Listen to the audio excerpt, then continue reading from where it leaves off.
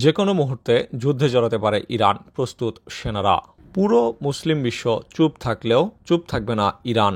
যুক্তরাষ্ট্রের মধ্যপ্রাচ্যে অবস্থিত সবকটি বিমান, নৌ এবং সেনাঘাঁটি ধ্বংস করে দেওয়ার হুমকি দিয়েছে ইরান।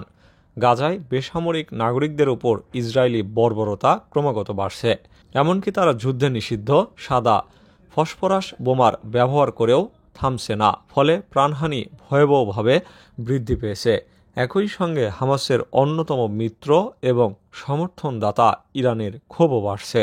গাজায় ইসরায়েলি আগ্রাসন শুরুর পর থেকে ইরান বারবার হুঁশিয়ারি দিয়ে আসছে, তেল আবিবের বিরুদ্ধে হুমকি প্রদান ছাড়াও তারা পরপর দুইবার ইসরায়েলি সেনা ও বিমান ঘাঁটিকে লক্ষ্য করে ব্যালিস্টিক ক্ষেপণাস্ত্র হামলা চালিয়েছে। এর ফলে সংঘাতের শুরু থেকেই ইসরায়েল ও ইরানের মধ্যে উত্তেজনা বিরাজ করছে।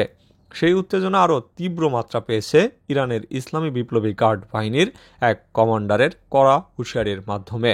গাজা ইসরায়েলি আগ্রাসনের অন্যতম সহযোগী ও অস্ত্র সরবরাহকারী যুক্তরাষ্ট্রের মধ্যপ্রাচ্যে অবস্থিত সবকটি বিমান, নৌ এবং সেনাঘাঁটি ধ্বংস করে দেওয়ার হুমকি দিয়েছে তেহরান।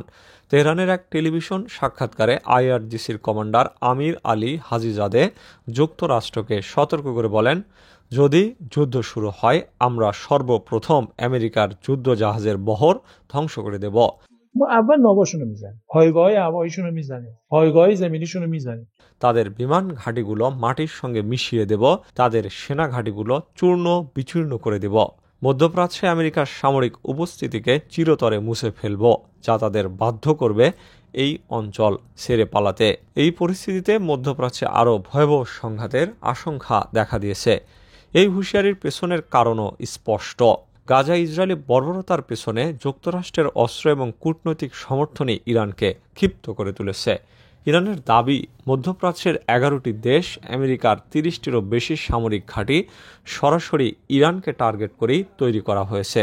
কাতারে 13,000 মার্কিন সেনা, বাহরাইনে 7,000 নৌসেনা, কুয়েতে অত্যাধুনিক এয়ারবেস, এই সবই ইরানের নিরাপত্তার জন্য হুমকি। কিন্তু তেহরান এবার পাল্টা হুমকি দিয়েছে আরও স্পষ্ট ভাষায়।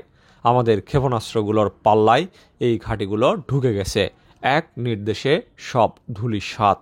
ইরানের এই আত্মবিশ্বাসের মূল উৎস তাদের সামরিক শক্তি। 2,000-এরও বেশি ব্যালিস্টিক মিসাইল, শাহেদ ড্রোনের মেধাস্বত্ব, সাবমেরিন এবং আকাশ প্রতিরক্ষা ব্যবস্থা ইরানকে রিজিওনাল পাওয়ার হিসাবে প্রতিষ্ঠিত করেছে। 2020 সালে মার্কিন ড্রোন হামলায় ইরানের কিংবদন্তি জেনারেল কাসেম সোলেমানি নিহত হবার পর ইরান ইরাকে মার্কিন ঘাঁটিতে 22টি ক্ষেপণাস্ত্র হামলা চালিয়েছিল। তেহরানের দাবি, সেই হামলায় 80 মার্কিন সেনা নিহত হয়েছিলেন, যদিও ওয়াশিংটন তা অস্বীকার করে। এবারও ইরানের সর্বোচ্চ নেতা আয়াতুল্লাহ আলী খামেনি স্পষ্ট করে দিয়েছেন, মধ্যপ্রাচ্য থেকে মার্কিন সেনা প্রত্যাহার না করলে তাদের ধ্বংসযজ্ঞ চোখে দেখতে হবে। অন্যদিকে আমেরিকার পাল্টা হুমকিও কম যুদ্ধংদেহী নয়। প্রেসিডেন্ট ট্রাম্পের ইরানের পরমাণু সুবিধা ধ্বংসের হুমকি দিলেও তেহরান তার পরমাণু চুক্তি পুনরায় চালুর আলোচনায় অনাগ্রহী। ইরানের পররাষ্ট্রমন্ত্রী বলেছেন, আমরা যুদ্ধ চাই না, কিন্তু আত্মরক্ষায় কোনো ছাড় দেওয়া হবে না। বিশ্লেষকদের মতে গাজাই সংকট এখন ইরান আমেরিকা টানাপোড়েনের প্রেক্ষাপটে রূপ নিয়েছে। ইরান ইতিমধ্যে ইয়েমেনের হুতি বিদ্রোহী, লেবাননের হিজবুল্লাহ ও ইরাকের শিয়া মিলিশিয়াদের মাধ্যমে পরোক্ষ যুদ্ধ চালাচ্ছে। কিন্তু সরাসরি সংঘর্ষ হলে গোটা মধ্যপ্রাচ্য অগ্নিগর্ভ হয়ে উঠতে সময় লাগবে না। ইরানের 100টি পূর্ব নির্ধারিত টার্গেট ও আমেরিকার 52টি গুরুত্বপূর্ণ স্থাপনা ধ্বংসের হুমকি, উভয় পক্ষই যেন শেষ প্রান্তে দাঁড়িয়ে। মধ্যপ্রাচ্যের আকাশে আজ যুদ্ধের মেঘ।